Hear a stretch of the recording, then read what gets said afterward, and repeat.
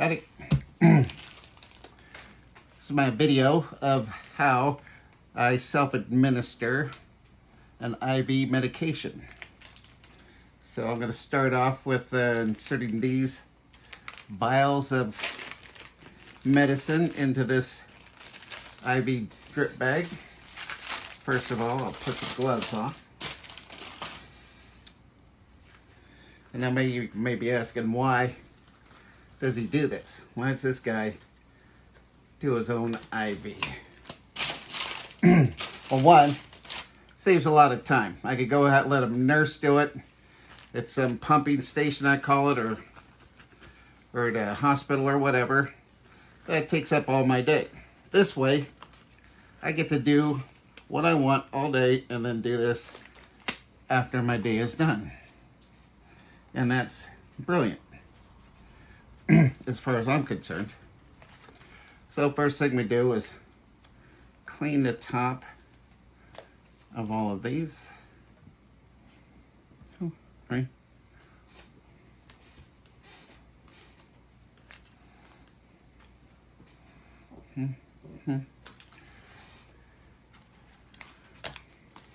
And then where I'm going to put the needle to go into the bag. So, back to why I do this. Besides being convenient and so on and so forth, why I do it myself. But maybe you're asking, why does he do it in the first place? Why does he need this medication? Anyway, I have a rare genetic disease called alpha-1 antitrypsin deficiency. And so what that causes, it's one of the only genetic diseases, which means it's hereditary, that causes emphysema and or liver disease, as in like cirrhosis. And unfortunately for myself, I have lung disease, emphysema, and just a little over 40% lung function. So that means I need oxygen when I'm doing anything more than what I'm doing right now, just sitting and doing stuff. And what this medicine is the alpha-1 proteins in which my body produces misfolded. So the alpha-1 protein is primarily made in the liver. And my liver makes it, and it's misfolded, so when it's trying to get out of the liver, it just sticks.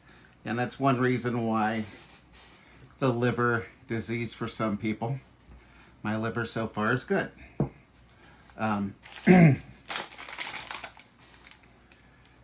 So it doesn't get to where it needs to. And what does the alpha-1 protein do, you might ask? So basically, when we breathe in smoke, say you're a smoker, and you take a drag off your cigarette, delicious, or joint, whatever you like, vape, whatever, your lungs notice there's something foreign in there, so they send a message out to the body going, hey, there's some foreign stuff in here, let's fix this, we don't want to get sick. So what the body does is sends out this enzyme called neutrophil elastase, and that enzyme goes to work on cleaning the lungs, the alveoli, of any kind of debris, or basically what it's looking for is bacteria, germs, and this and that.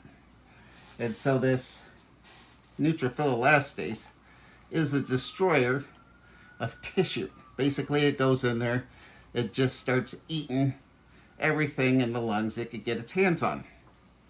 Now, that sounds horrible and really stupid for the body to do, but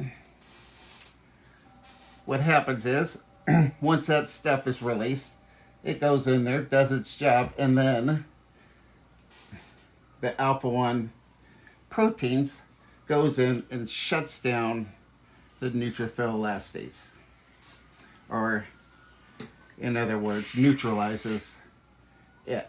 And so, since my body does not produce the proper alpha-1 proteins, when I breathe in smoke or dust or anything that gets into my lungs, it sends the neutrophil elastase, goes to work, and there's nothing to shut it off.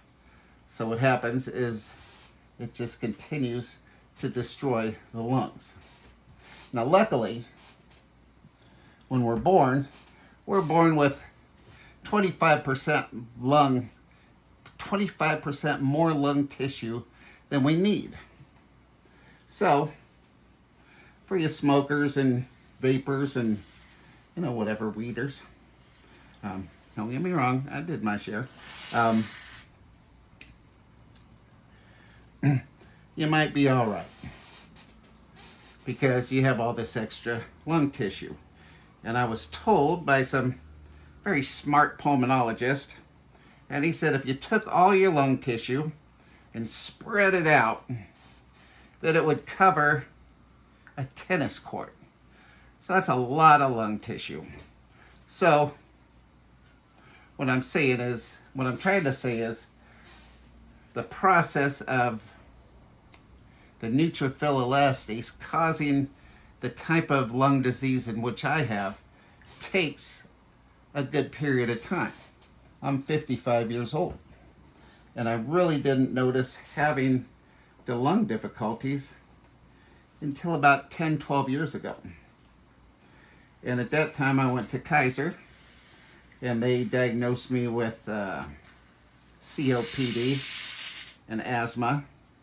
Most people with alpha-1 antitrypsin deficiency, they are diagnosed with asthma at first, because this disease is not tested for under most circumstances, and it should be tested for in anybody that has asthma or any kind of chronic bronchitis or anything of that nature. I mean, it's a simple mark on a blood test, and they'll know if you have it or not. I think from what I understood from at a conference I was at, is that it costs $7 to have the test done. Now, I understand places like Kaiser, who is a hospital and an insurance company, they rather not test for this type of thing, because if they don't know, they don't have to treat it. And this treatment I'm doing right here, this is $5,000 worth of stuff. And I do this once a week. So that means $20,000 a month is what it costs to treat this disease. Just in the and that's just the beginning. Besides the oral steroids I take, my trips to the ER, specialist, testing, all the stuff I do every year, it probably costs easily $250,000 a year in medical expenses to have this disease. So, as you see, it makes good sense that Kaiser wouldn't want to test because they don't want to pay for it. And other doctors just don't know to test for it. And I'm an advocate for the future alphas. We call ourselves alphas, those of us who have this disease. And so I advocate for doctors to test for this disease. And I give them very simple criteria. As if somebody has a problem with their lungs, test for alpha-1. It can't hurt. You're already going to do a blood test one day or another, alpha-1. Now, 23andMe will show if you have alpha-1 antitrypsin deficiency as well, because it's a genetic disorder. It shows up in their testing. All right. So at this point, the bag is full. I put extra air in it because after I'm done, after it all runs out, I like to push all the medicine through the tubing so I get every last drop because, you know, it's expensive stuff and I'm worth it. Anyway, that's the filling of the bag and just a little ditty on why I do this and what alpha-1 antitrypsin deficiency is. Thanks for watching.